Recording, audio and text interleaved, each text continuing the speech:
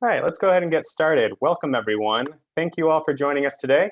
My name is Thomas Vague, and I am the Community Engagement Manager here at the American Association for Advancement of Science for our NSF-funded IUSE Award, the AAAS IUSE Initiative.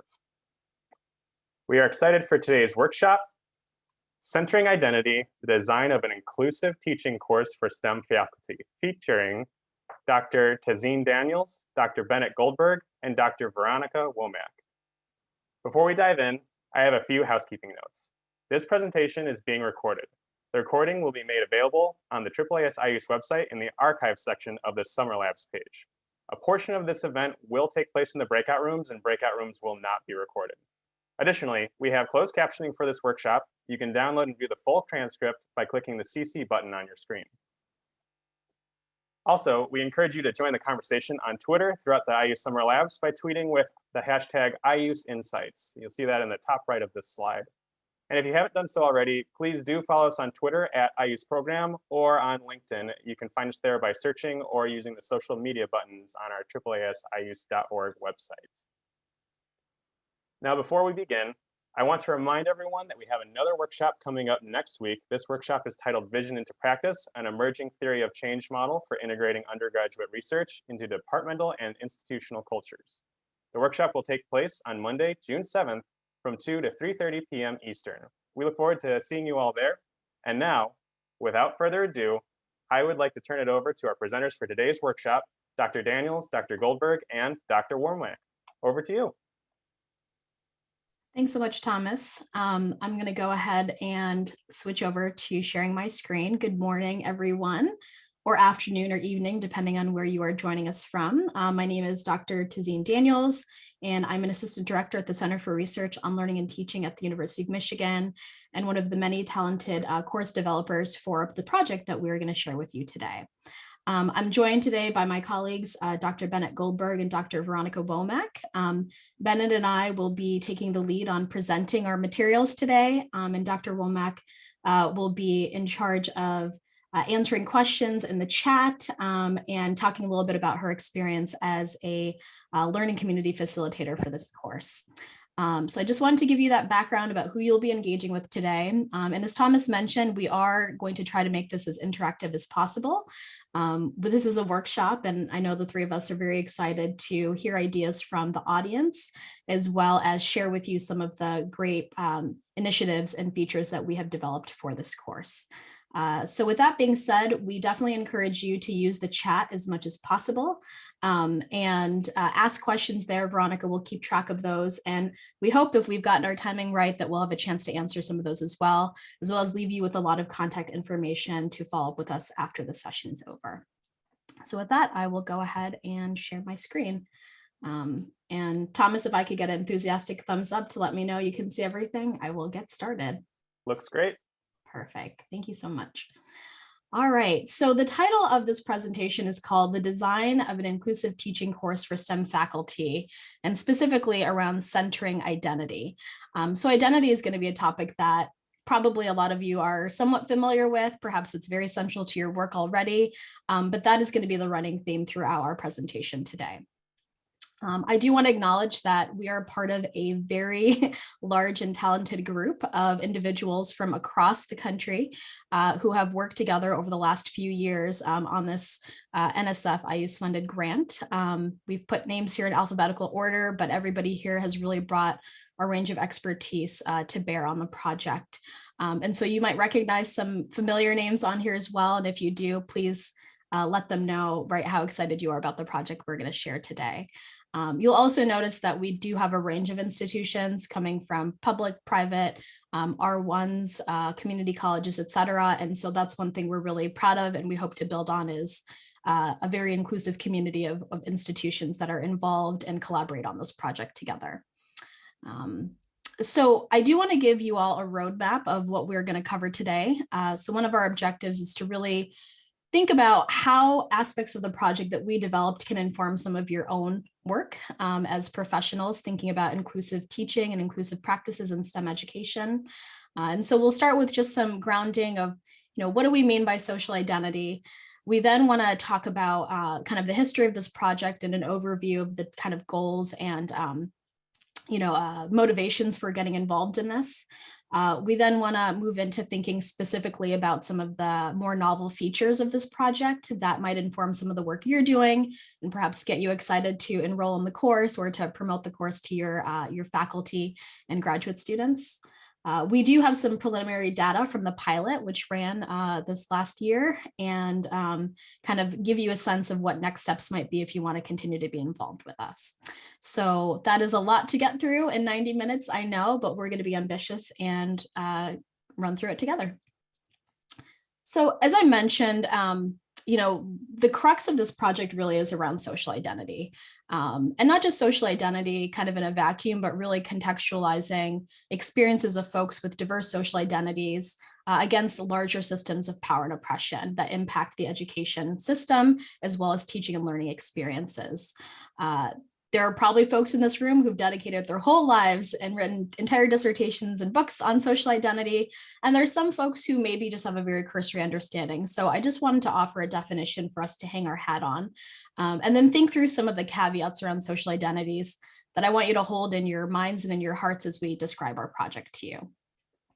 So the way that we'll define it and the way we define it in the course is that social identity describes the set of characteristics by which a person is recognizable or known by the society in which they live, often in relation to social groups. And some common examples of that, especially in the US, are things like race, gender, ability status, citizenship, religion, etc. So a few things to note about social identity. So one is that it's tied to histories of social groups. So for me to say that I identify as a woman means that I identify with the history of women in this country. And so a lot of the experiences I have are tied to those histories and those politics. And so that's really important to acknowledge that it's not just a label that I wear, but it's tied to a strong history. Social identities are also not always static. Some things don't change, but other things can certainly change over time. Things like socioeconomic status or being impacted by poverty, things like ability status, things like citizenship status. Those are all three things that have changed for me in my life. So recognizing that there is not just a static component, it can change. Social identity can be self-ascribed or ascribed to you. So this is where you might be familiar with the term passing, right? Just because I read as American doesn't mean necessarily my citizenship is US, or somebody might pass for white, but identify as something else, but still be treated as a white person. And so recognizing that it's not just about how you self-identify, but also how you're perceived by others around you, and how that impacts how they treat you and their interactions with you. Social identity is intersectional. And this is something that perhaps a lot of you have heard the term intersectionality. I know there's a lot of tension around it and the misuse of that term, but essentially it's this idea that I can't identify as just a woman in a vacuum because I also identify as South Asian. So being South Asian and being a woman, both of those things are so enmeshed and entangled that I can't pull them apart and say, oh, this part of my experience is because I'm a woman and this part is because I'm South Asian. It's always going to be a combination of those two. And because both of those identities are what we call minoritized identities or hold less power in most Western settings, that lack of power is actually compounded. So a white woman and a woman of color are going to have different power balances because of how race comes into play. So I just wanted to be really, really clear that, the way we use intersectionality is intentional. And then the final thing that I want to just note is that social identity is not universally or predictably experienced. So this is a lot of times, and I know that we've definitely moved away from this in academia, but you see this a lot in the medical field, like, oh, patients from Hmong communities have this kind of cultural trait. And so everybody from Hmong communities has this trait. Or I had a Black student who really excelled in this area. So all Black students must be interested in excelling in these areas. So we really just want to be careful that we are acknowledging larger patterns, but we're not necessarily falling into stereotypes or biases.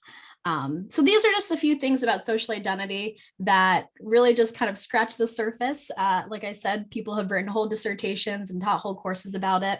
But I just want you to hold all of these things in your heads and in your hearts as we move through our project description. So we knew going into this project that we were interested in exploring social identity more, and thinking about, what are the ways in which social identity alongside systems of power and oppression really impact, our STEM learning environment. In the last 30 years, and especially the last 10 years, there has been a lot of research that we want to acknowledge in this area. This is not an idea that we came up with, and it's based on, yes, decades of research, thinking about things like experiences of minoritized students, racially, sexual orientation, gender, citizenship, international status, et cetera, and thinking about how that really does impact learning outcomes. So this is where we think a lot about, teaching principles like academic belonging, transparency, but also things like microaggression and discrimination. And so our work really is founded on a lot of this pre-existing research and how we use that knowledge of experiences and systemic oppression to inform teaching practices that can offset, mitigate, and prevent some of these things in the first place. When we started this project, it was also during a particular political moment. And so I don't need to hopefully remind you of what's been going on in the last year, but I think this was something, especially as we're pulling things together in preparation for the pilot, we really wanted to acknowledge was that we're in a moment where there is an unprecedented attention to racial inequity and violence. And I want to highlight that I say unprecedented attention because racial inequity and violence has always been there. It's part of our history. It's part of our DNA as a human race, especially in the West, but across the world. And so we knew that we're in this moment where people were paying attention and there was just a heightened visibility of these things.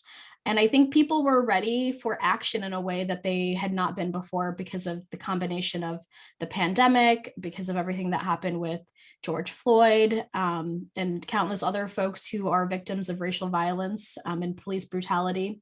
And so you will notice that although we talk about inclusion and equity and identity broadly, we really did put an emphasis on racial equity.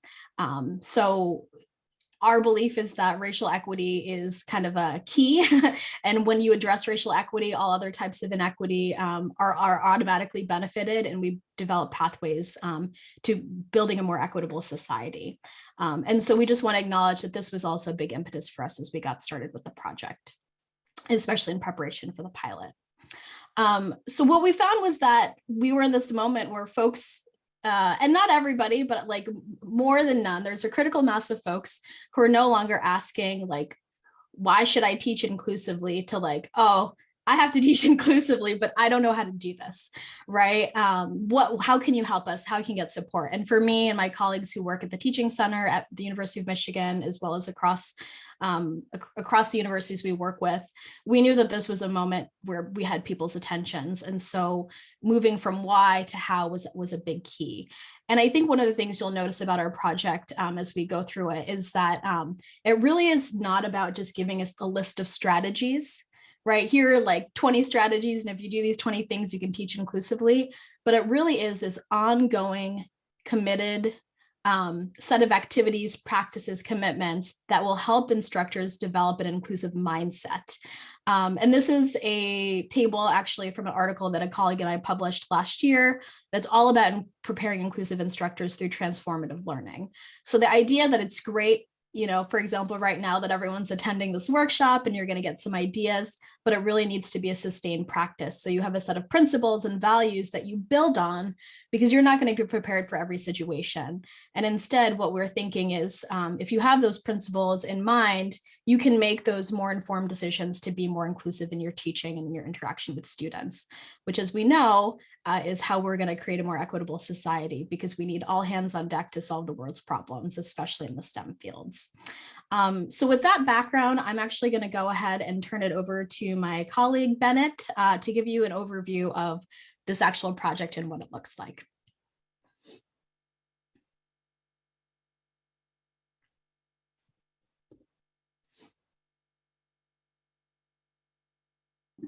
Thanks, Taz. I'm going to share my screen with folks and go to the next piece on a slide overview. Thomas, can I get a thumbs up when this comes live and looking okay to folks? Still loading. There we go. Yep. All right, there we are. All right, great. Well, thanks everybody. And thanks so much, Taz, for kicking us off and really centering the idea of identity, identity of student, identity of instructor in our whole project. I'm going to give you a brief overview of the project, and then we're going to dive in to a couple of activities that are built from the course and that will give you an opportunity to experience what the course is like. And I think you'll find a lot of good components from it. So first off, I just want to highlight several things about our project. This was an IUSE funded program. As Taz says, it's around a large number of folks of different institutions. And we started in the fall of 2018, I think it was. So we are here 2.5 years into our project and launching nationwide in a week and a half. And so this is very, very exciting. I'll give you some more data on the current enrollment now, but it's probably about 1,200 people are enrolled in the course, and we have half a dozen learning communities around the country. So this is a project that is professional development designed for faculty, postdocs, and doctoral students. The fundamental thing, as Taz referred to, is really advance awareness and self-efficacy and ability to cultivate these inclusive STEM learning environments, and honestly, inclusive learning environments of all types. And there's a large focus on one's own work, right, to develop as a reflective and inclusive practitioner. The structure of what we've built here is a MOOC, a massive open online course that's on edX, and it's blended with in-person, or now mostly entirely, learning communities, campuses. We have training for facilitators that Veronica can speak about later. We've trained 40 or so facilitators, as well as those of us in the project who have worked on facilitating these learning communities. We will continue training facilitators to expand this reach in the next several years. There's really 3 fundamental long-term major goals. One goal, of course, is to have nationwide, if not worldwide, impact. We predict probably 2,000 to 3,000 faculty and maybe 3,000 to 5,000 PhDs over the next 4 to 6 course runs will take the course. And if you expand to their teaching spaces, it's probably between 250,000 and 500,000 STEM students across the higher educational landscape to be impacted by this professional development training, and the way that faculty and instructors, just like yourselves, are shifting their practice and creating a more inclusive environment for their students. The second thing to really highlight in this project is it's a research project. This is fundamentally not solely professional development, but is also a research project. A significant fraction of those 20 people are involved deeply in the research and evaluation of the program. Something like easily 1/3 or more of our effort is focused on research. And one of the unique things I think that this program is doing, not entirely unique because some of the summer science institutes have done this as well, but follow the entire pathway of professional development. Really follow from what is happening to those who are participants, those who are in the project, in terms of taking the course and being in learning communities. We examine the impact on them, their changing perceptions, their changing self-efficacy, and then intentionally look at their shifting teaching practices over time.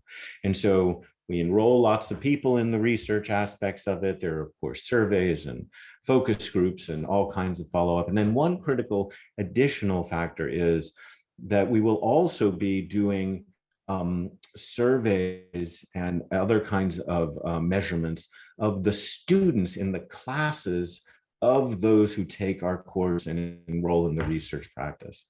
And so we'll be measuring the entire pathway of impact, all the way from the professional development of those engaged in the learning, all the way to their students in their classrooms.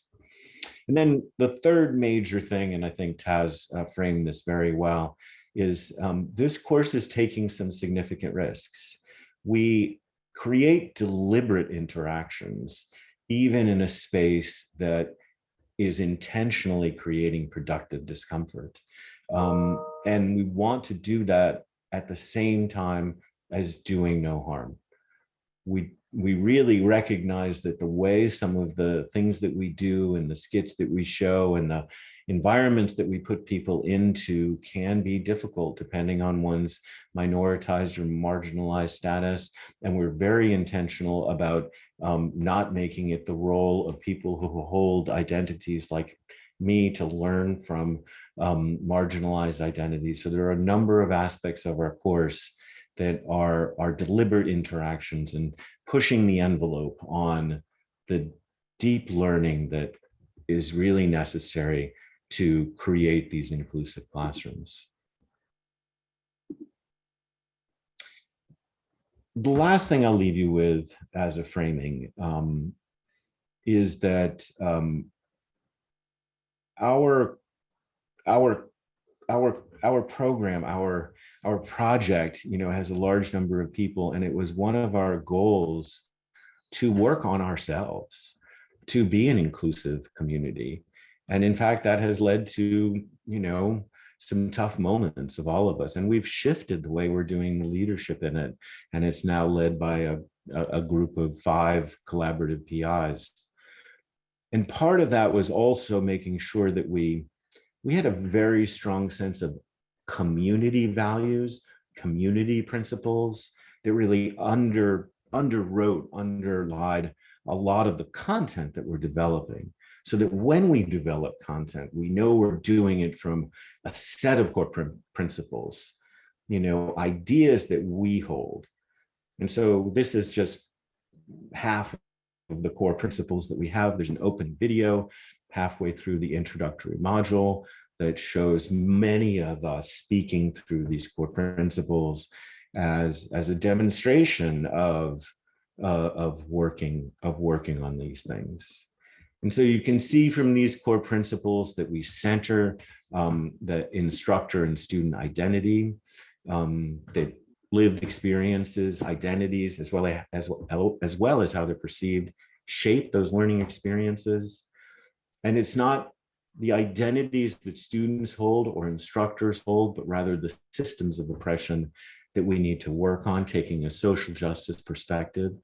And then also, it's the individuals and groups that I sit in, majority groups, that benefit from oppression regularly, whether they realize it or not.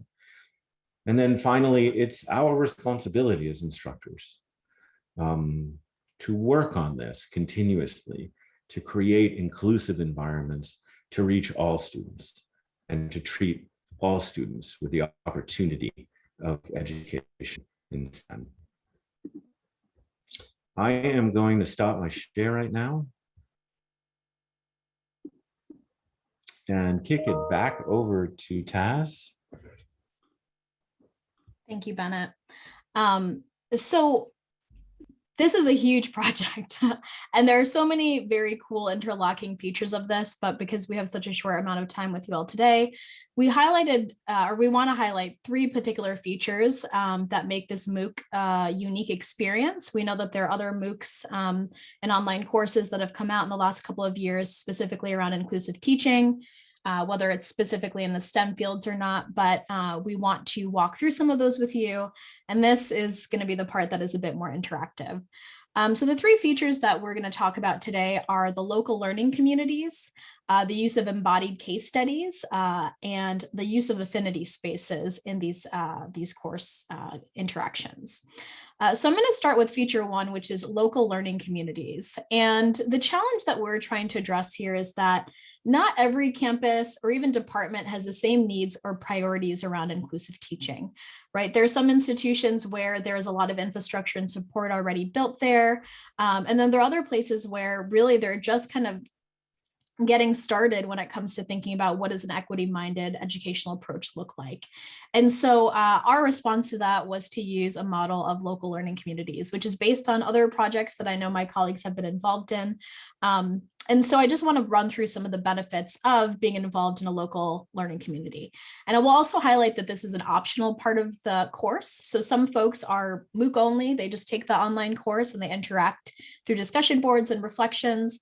But there are some institutions who have local learning communities, and as Bennett mentioned, that's part of what we offer is training for facilitators for these communities. So one is accountability to complete the course. We know when it comes to massive open online courses, that's always a concern. But we know that if you add some kind of synchronous component and you customize it, folks are more likely to stick all the way through. And hopefully we'll have some evidence to back up that claim. Additional time for reflection. So knowing that there's a designated time each week where you're going to be able to meet with peers and think more deeply about a topic. Networking with colleagues who share similar values and goals. Sometimes you may feel like the only person in your department who's thinking about this. That is an honest reality for a lot of folks. And so this is a way to meet folks who are in other departments and other schools and colleges, as well as connect with potentially your teaching center to meet other like-minded or like-valued individuals. And it's fully customizable to meet the needs of the group. And so although we do provide a facilitator guide and talk through best practices for designing a session, it really is up to the facilitator to be in collaboration with their participants to figure out what's going to work best for them. So what we want to do is give you a taste of what it's like to be in a local learning community by having you go through one of the icebreakers that we have folks do, which really focus on centering identity. I'm just going to do a quick time check here. So one thing that we had decided was that we wanted to show you videos and some clips from the MOOC, because that is kind of our pride and joy of these great videos that we're able to produce. And so before we put you into groups, we obviously want to set up some discussion guidelines for folks. Now, we know that most of the people in this room probably already implement the practice of discussion guidelines. So our goal is not to necessarily teach you something new, but it's to give you a sample or a sense of how we talk about this in our MOOC. And so what we're going to do, instead of playing the video out loud for you, just in case folks have bandwidth issues, or if it starts getting choppy, or the universe decides to cut out my internet, is that Dr. Womack, Veronica, she's going to right now in the chat put a link to a YouTube video that's just shy of 3 minutes. So what I ask you to do is click on that link in the chat, take a 3-minute break to go watch that video, and then come back. And so in about 4 minutes, I will, in 3.5 minutes, I will resume my instructions for what we're going to do in the breakout groups.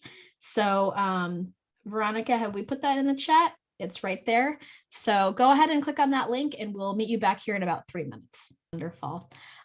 So just really quickly, this is just a small snippet of the larger video that's all about discussion guidelines. We just wanted to give you a taste of what that video and the production quality and some of the speakers that we have featured across the MOOC look like.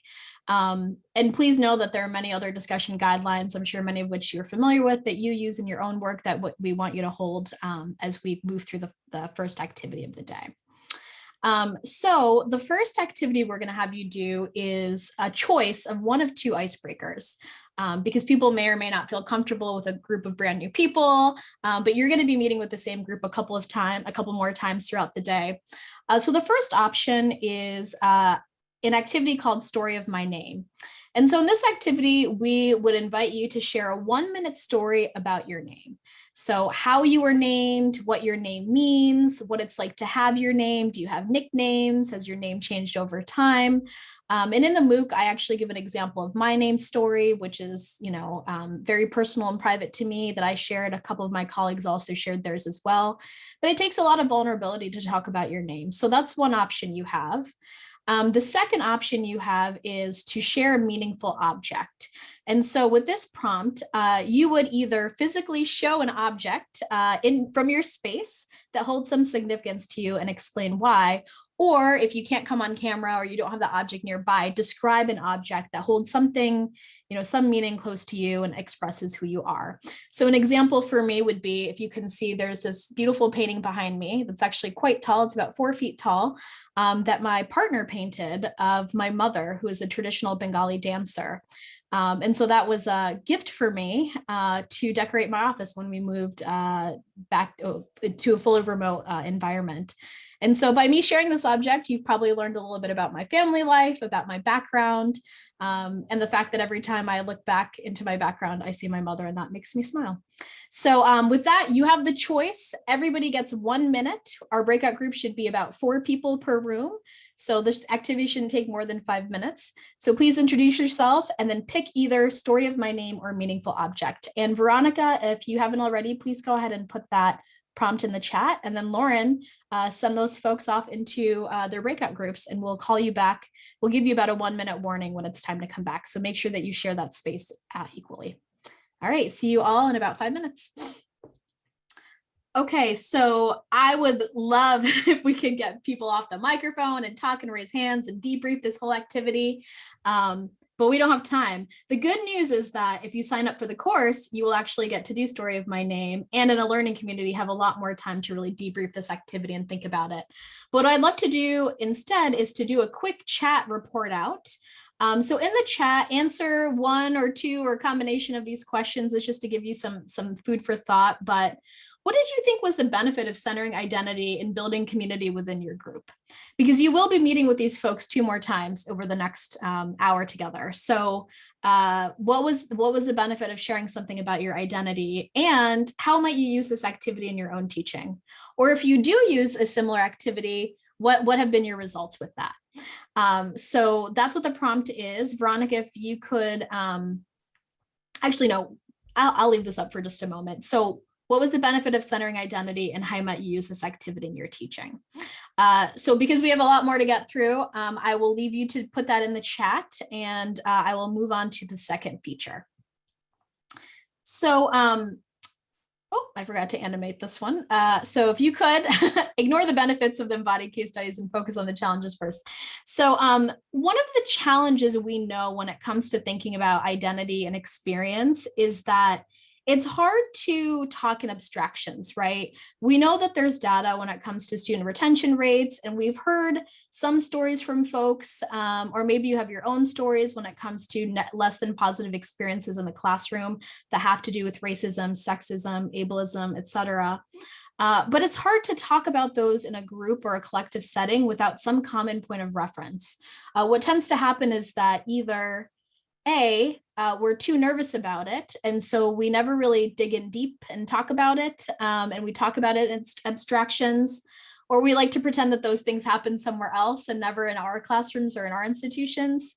Or B, it ends up being the burden of folks who have actually experienced those traumatic experiences to share their trauma and teach other folks in the room. And so that's why, folks use case studies. We know case studies in themselves have been a long used tool, but in particular, what we did in this MOOC is we used embodied case studies. So this is actually the use of actors on film using very strategically and intentionally crafted scripts and filming techniques to be able to capture the humanized experience of some of these interactions that happen in STEM classrooms. And so it really does remove this kind of desire, not remove, but mitigates that desire to talk in abstractions like, oh, racism is bad, and we don't really know what it looks like, but we know it's bad, to like actually showing examples of racism, whether intentional or unintentional, look like in the classroom.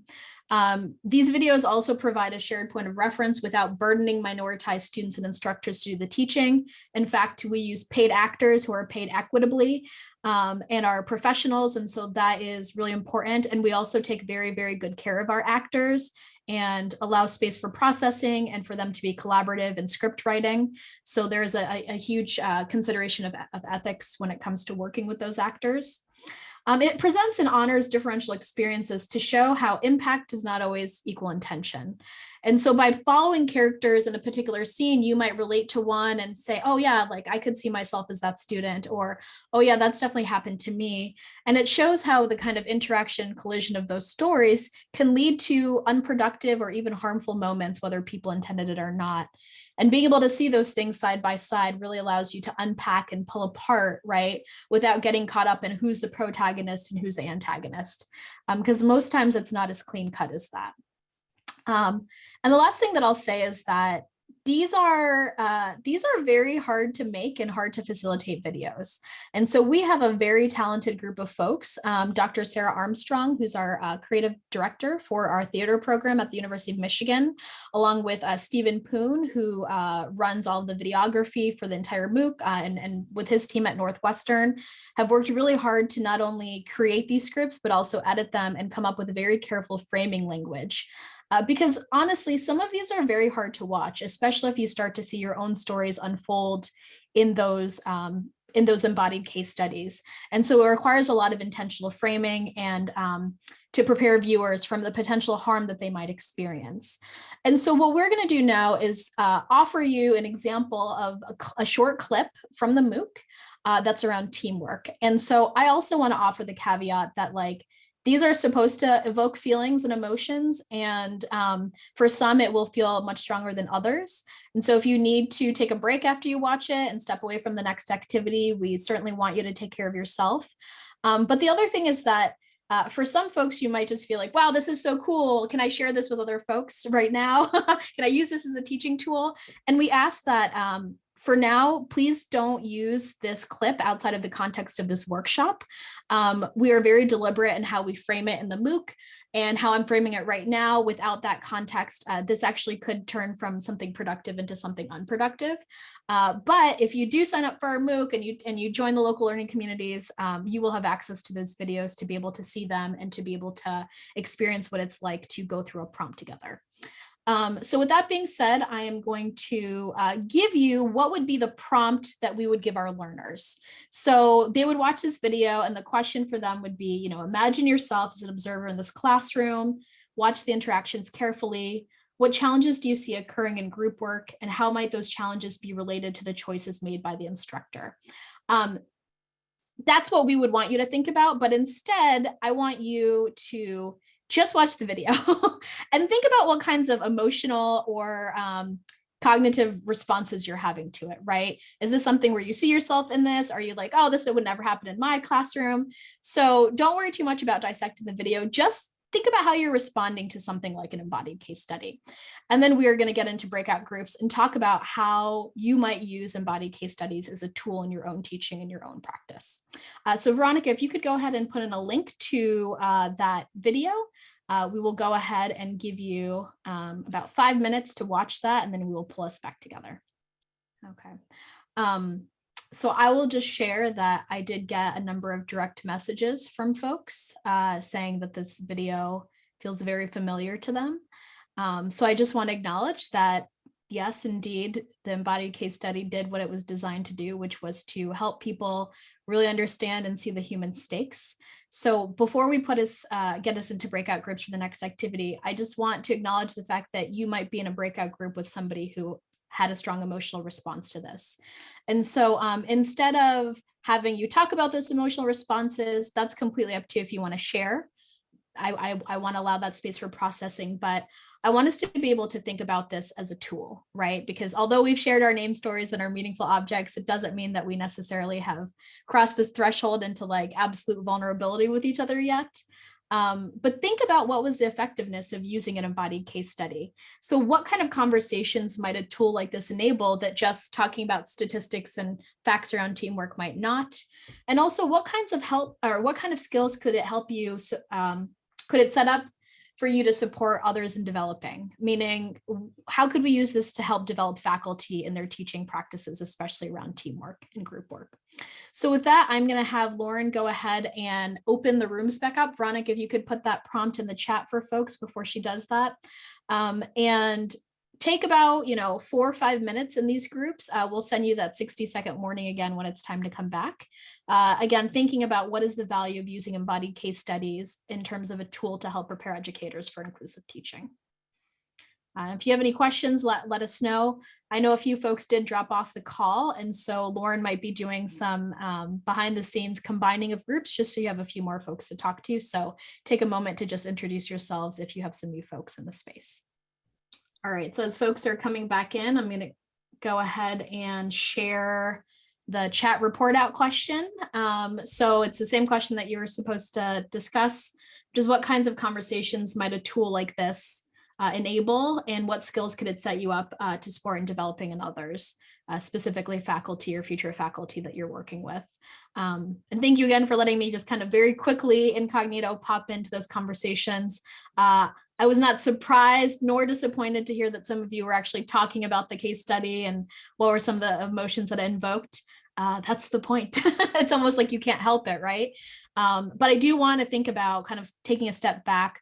What is the value of having these very highly produced intentional videos to really demonstrate, right, what are the human stakes and the complexity of those interactions and the impact of those interactions on the teaching and learning environment. And if you have used things like this before, or perhaps you have a theater program at your institution and that's something that you lean on, definitely let us know about those experiences as well, because we'd love to kind of share stories and understandings of that together. And if this is the first time where you've seen something like this and you think it could be really valuable, let us know that as well, because we definitely are interested in your feedback. So as you're doing that, I am going to move into our third and final feature that we're going to talk about today, which are affinity spaces. And so one of the challenges that we have when it comes to talking about instances of racism, sexism, ableism, et cetera, in the classroom or experiences in higher education is that, as I mentioned before, minoritized learners are often put in a position to teach majority or privileged peers about their experiences, right? And so folks who are like, wow, like, it's 2021, like racism isn't, we're in a post-racial society, right? Perhaps we in this room might not think that, or there was a time where we thought that, but there are going to be folks in this course who have those same kind of predispositions. They are just not far enough along in their journey yet. And that can be really harmful for especially BIPOC or Black, Indigenous, and other people of color, queer folks, women, other underrepresented or minoritized groups to witness a privileged person recognize their own privilege for the first time. Right, especially if that's something that you think about day in and day out, and you are actually on the target end of a lot of those interactions. At the same time, a lot of folks who hold those privileged identities or majority learners may feel afraid to ask hard questions or to do that deep, difficult work of grappling with their privilege for fear of being judged or harming those around them, right? And so they just are not going to be able to take the risk in the same way. And those are really, honorable and understandable concerns, right? They don't want to harm people around them. And so then they just don't speak up. And so what happens is they never get pushed to their learning edge.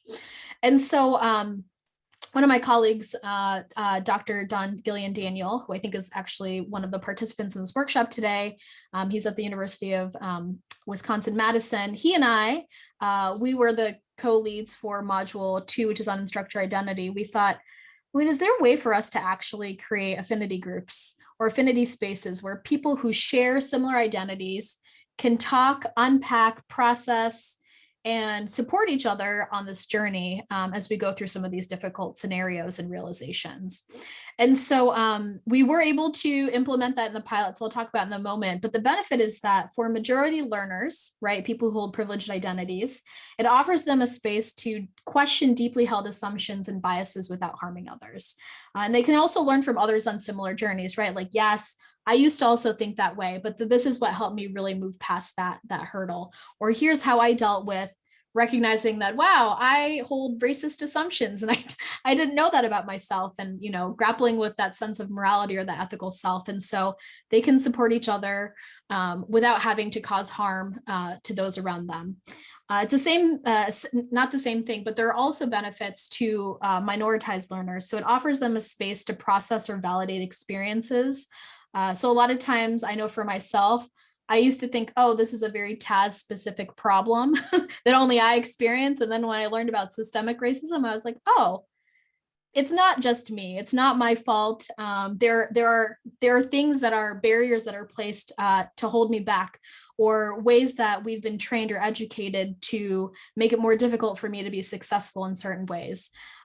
Or privileges that I'm not afforded. And of course, that's going to impact my experience and my learning outcomes. So it gives them a chance to feel less isolated as well, especially if you're the one of the only blank identity category in your department. And so what we did for the pilot was we used asynchronous groups. We used Padlets that were private People had to opt in based on their affinity. And we did that on the honor system. And that actually worked out pretty well. But in the launch of the MOOC this month, we're actually going to be incorporating synchronous sessions, because I think what was missing was a sense of community, really being able to talk with others. And so if folks here have had experiences with affinity groups, that's something that we definitely would ask you to share about in the chat, to talk about what the benefits of having a male only space or a people of color only space, to be able to unpack some of those things. So we cannot, unfortunately, we don't have the logistics and the time to be able to put us into affinity groups right now, but I want you, as we go through this next set of activities, to think about your own social identity and how that is really acting as a filter, as a lens, as we move through some of these topics. And the one that we're going to talk about right now is an activity that actually comes straight out of the MOOC around hesitancies. Resistances and challenges that folks tend to have around inclusive teaching or inclusion or DEI in general, and engaging in those practices. Now, the thing is, as I go through some of these examples, you may recognize some of those hesitancies in yourself, or hesitancies that you once held, or hesitancies that your colleagues still hold on to very deeply. And so I want you to kind of keep note of that, right? What are the things that you've worked through, are working on, or would like to support others in working through? And pick maybe 2 or 3 of these that you're going to discuss in your breakout groups. So I'm going to go through these pretty quickly. So jot down the ones that you want to talk about. So one is lack of relevance. DEI does not apply to my content, right? I teach astrophysics. What does that have to do with diversity, equity, and inclusion? Keeping science pure. Politics don't belong in the STEM classroom. Like, yes, there's an election, but what does that have to do with my course on climate change, right? probably more than we're admitting, but that might be an argument that you hear from folks. Stick to the material. Myth of meritocracy. I don't actually need to do this. If my students just try hard, they can succeed in my class. Colorblindness. Isn't it more fair to ignore student differences so that I can treat everyone equally or in the same way? Or if I focus on the concerns of underrepresented students, won't I just be tokenizing or marginalizing them further? So it's better to just pretend that everybody is the same color, the same gender, that all of those things don't matter at all. Fear of coddling students, right? Students are too sensitive, or learning science or the real world is supposed to be challenging. So I don't want to have to hold their hand, because that's not what it's going to be like out there. And that's what they inflate with inclusive teaching.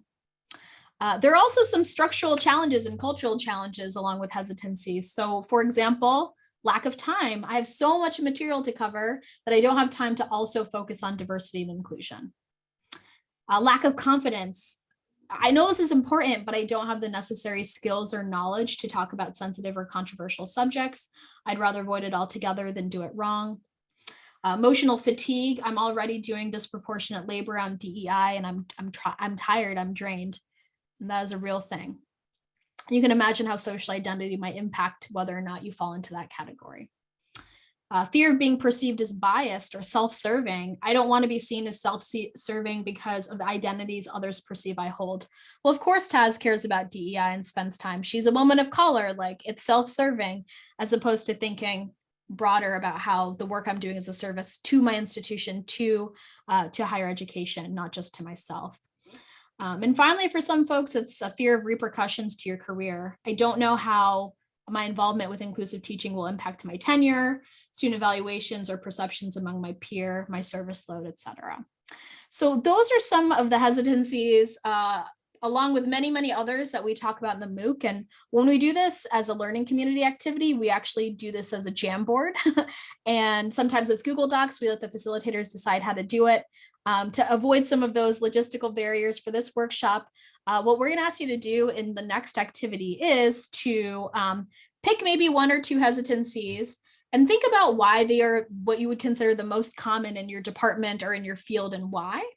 And then the trickier one, which is what might you say to support a colleague who's dealing with that hesitancy, right? Because what we have found is that when you're in that situation, it helps to have some practice language, right, in your pocket that you can pull out and say, yes, you're absolutely right. We don't have enough time to do this, but how can we work together to make time?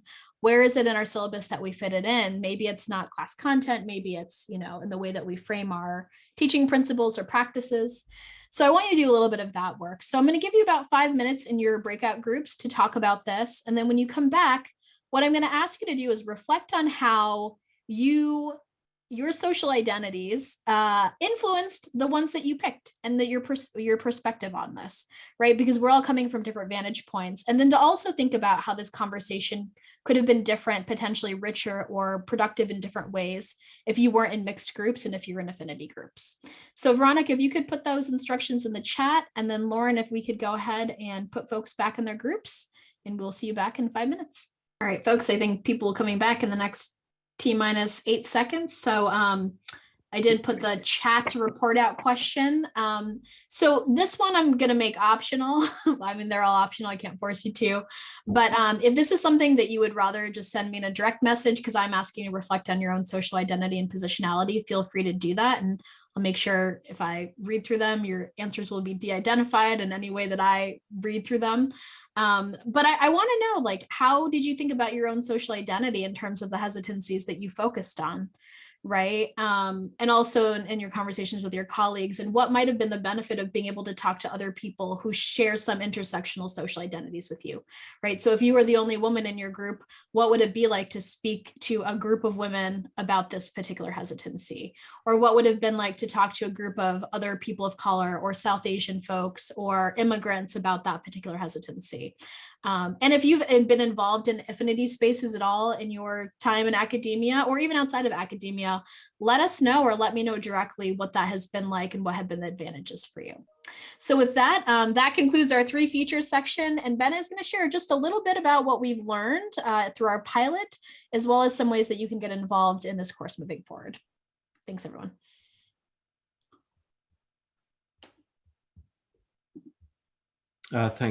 Thanks so much, Taz. I'm going to share my screen now and talk a little bit about the last piece of what we have to present today. So one of the things that that we decided to do as a project is be really intentional about the impact of our work. And so what many projects do, which is, you know, develop a course and put the course out there.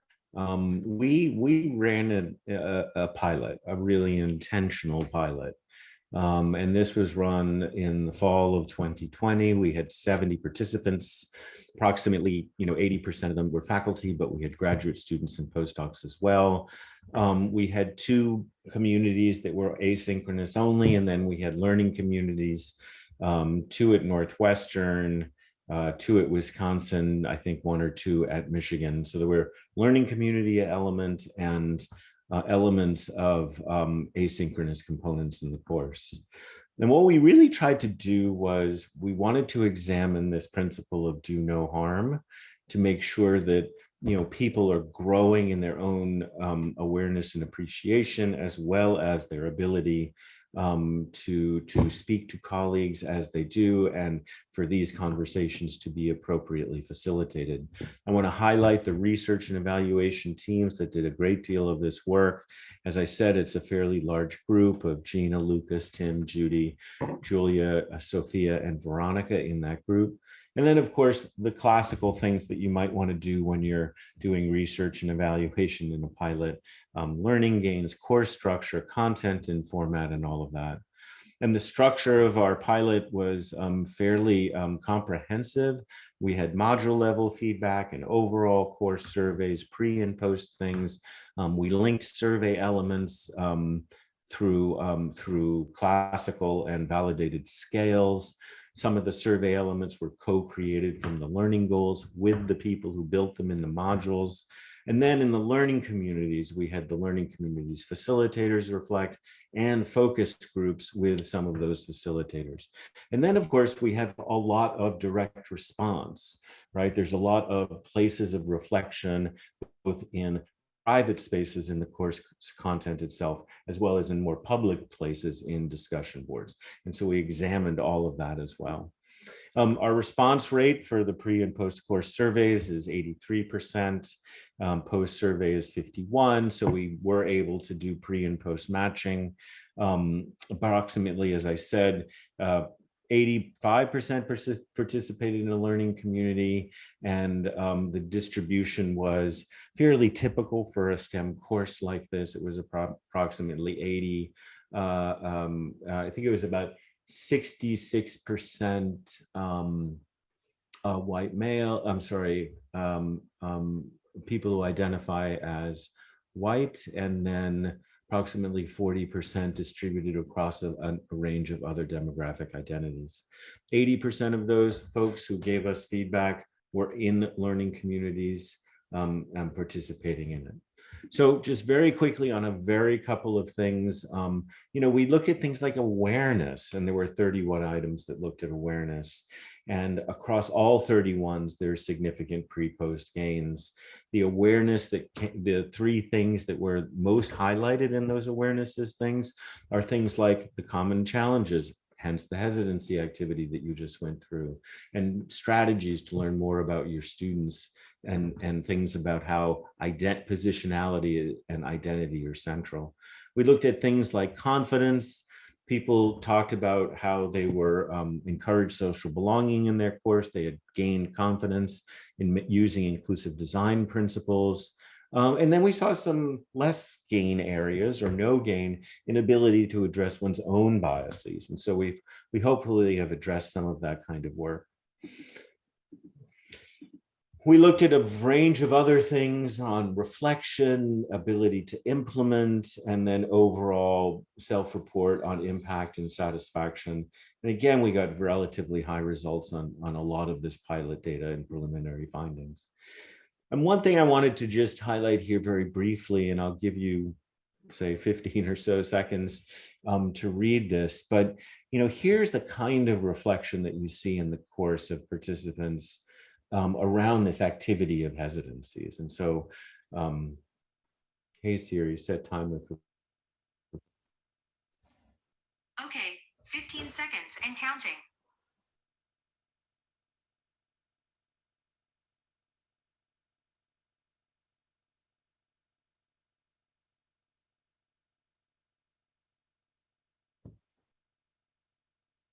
So you can see from these kinds of reflections that people are digging into the content, thinking about themselves, thinking about working to overcome these barriers. We have some other preliminary evidences of learning in areas of transparency, reflection, and I just want to highlight the bottom one here very briefly, engagement with reflection. And that's where learners felt that when they were sharing their thoughts and experience, especially after practicing and watching the videos, reading peers' posts and comments and discussion boards, as well as, again, that space of personal reflection, as it says, because I can relate and think it out. Finally, with all of this data, we met together as teams. We developed an evolutionary process. We were looking to make both minor and major course corrections, modifications, things like consistency, a holistic approach, shorter videos, fewer prompts, greater transparency of expectations, and then modifications to some of the research and evaluation that weren't completely aligned with the outcomes that we want. And this has all led to today's presentation just before launch. I'm going to kick it over to Veronica, who is going to just quickly highlight this last quick video to show you. Veronica? Sure. Hi, Bennett. Thank you. Well, everyone, I've been exploring and seeing what you've been saying in the chat. It's so exciting. My name is Veronica, and I'm at Northwestern University. I serve as Senior Project Manager for the Inclusive STEM Teaching Project, and I also co-facilitated our training for learning communities. And so we, as Bennett mentioned, we have trained over 40 people to bring this initiative to their universities. And what we wanted to share right now is a clip of a panel in which two facilitators and to learning community members from our pilot learning communities at Northwestern, reflected on, what were their experiences were like in the learning communities, as well as, and I just put the link in the chat. So, they describe what the atmosphere was like, what were the intentional things that the facilitators did to cultivate this feeling of openness and vulnerability, as well as a few aha moments. So please go ahead and click on the link. It's about 4 minutes, which should possibly take us over a bit, but we'll be brought back. Thank you. Welcome back. Welcome back, everybody. And thank you so much for joining us today. Thank you to AAAS and this project for giving us this opportunity. I think a number of us will be hanging out for a little while. Totally understand if you've got other places to go, but we'd be glad to hear from you and to talk more about this work. We put a course registration in. Please go there, register, share it with your communities and your networks. We start in about 10 days, and we're just super excited. As of 25 minutes ago, there are 1,166 registrants in the course, and we're excited to support this learning.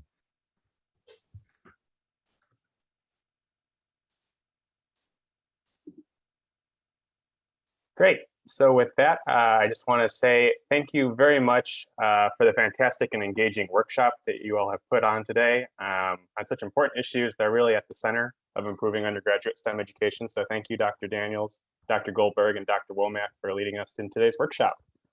I'd also like to say thank you to our AAAS IUSE team for all their work putting together this event series, Jennifer Currency, our PI on this IUSE grant, Iris Wagstaff, our co-PI, and Lauren Vanier, our program associate. Also, of course, thanks to all of you who joined us and participated in today's event.